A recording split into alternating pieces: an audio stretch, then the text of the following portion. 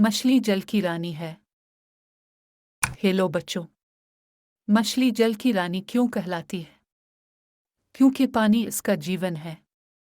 रंग बरंगी छोटी बड़ी मछलियां पानी में तैरती खुश नजर आती हैं, लेकिन जाल बिछे तो फंस जाती हैं। सोचें, कैसे वो सिर्फ पानी में ही खुश रह सकती हैं।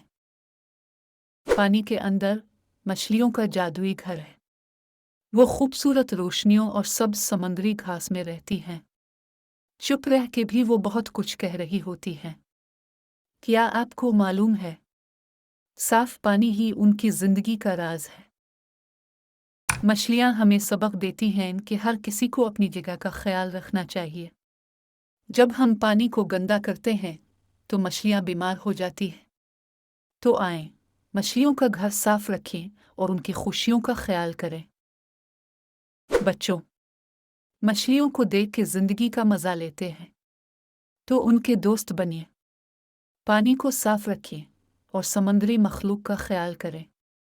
वीडियो को लाइक करें, शेयर करें और अपने दोस्तों को भी बताएं कि मछली जल की रानी क्यों है।